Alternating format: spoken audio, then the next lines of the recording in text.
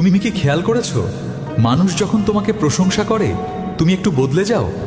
মনে হয় হ্যাঁ, আমি সত্যিই বিশেষ।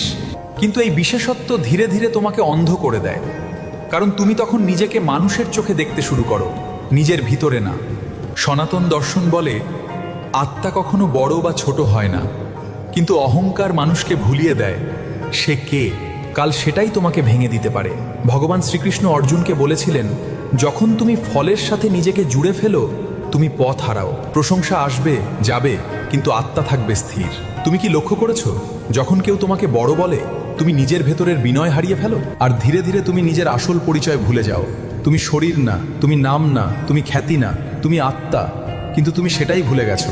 আজ তুমি আয়নায় নিজেকে দেখো কিন্তু চিনতে পারো না, কারণ তুমি নিজেকে মানুষের চোখে তৈরি করেছো, আত্মার চোখে না। প্রশংসা মানুষকে উপরে তোলে না, প্রশংসা মানুষকে হারিয়ে ফেলতেও পারে।